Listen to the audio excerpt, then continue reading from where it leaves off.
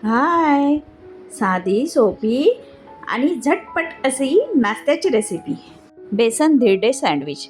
हा, टेस्टला तर इतकं यम्मी झालं ना, तुम्हाला सांगू पण नाही शकत. एकदा करून बघा, खाऊन बघा आणि मला नक्की सांगा की कसं झालं आहे. मी 1 वाटी बेसन घेतलं आहे, मीठ, ठेचा, थोडीशी हळद, थोडंसं तिखट, जिरे, धने पावडर आणि हिंग, थोडंसं धने पावडर. 4 स्लाइस घेतले मी ब्रेडचे आणि कांदा. चला, साहित्य झालं आहे, आता कृती सांगते. एका बाउलमध्ये मी बेसन घेतलं आहे.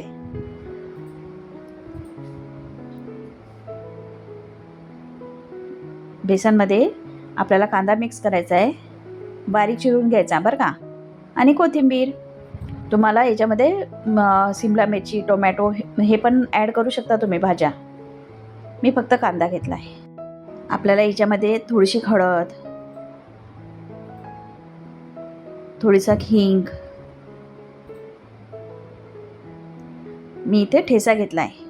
तुम्ही बारीक मिरची पण चिरून टाकू शकता, आणि थोडंसं तिखट चवीनुसार घ्या, जिरे आणि थोडंसं धने पावडर आणि मीठ.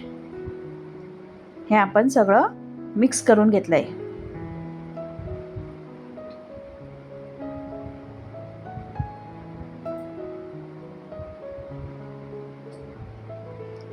नंतर आपण याच्यामध्ये पाणी ॲड करून पुन्हा मिक्स केलं आहे.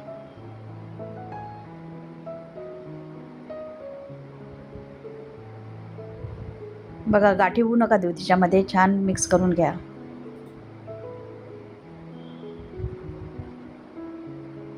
थोडं दाबूनच करा, कारण आपल्याला कांदा हा जास्त असा म्हणजे जाड नको आहे, म्हणून जेवढा होईल ना तेवढा सेपरेट झाला पाहिजे.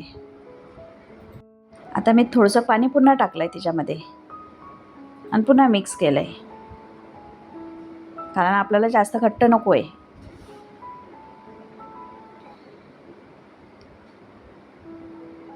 बघा, आता गॅसवर पॅन ठेवलं आहे, तिच्यावर आपण तेल टाकून घेऊयात. तेल सगळ्या पॅनला आपण लावून घेऊयात. पसरून घ्यायचं आहे सगळीकडे.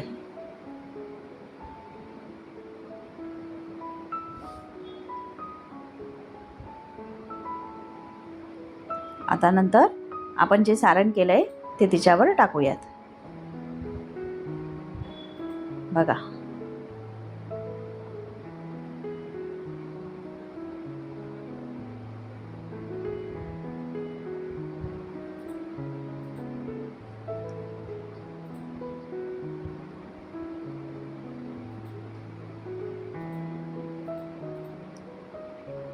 याला आम्ही धिरडे म्हणतो. आता हे आपण उलट करून घेऊया. एका साईडनी झाल्यानंतर दुसऱ्या साईडला पण थोडंसं होऊ देऊयात.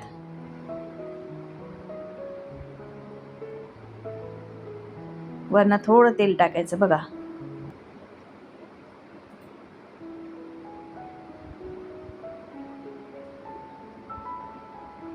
कलर चेंज झालाय ना त्याचा थोडा.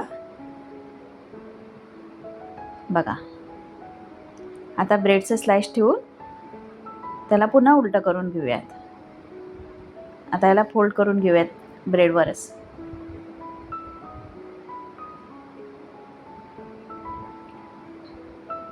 ब्रेड छान भाजला चाललाय खालनं. स्लो करायचा गॅस आता, नाही तर ब्रेड जळेल. आणि दुसऱ्या साईडला पण एक ब्रेड ठेवायचा, स्लाइस ब्रेडचं, ते पण छान होऊ द्यायचं. बघा, झालं की आपलं सँडविच तयार. या खायला.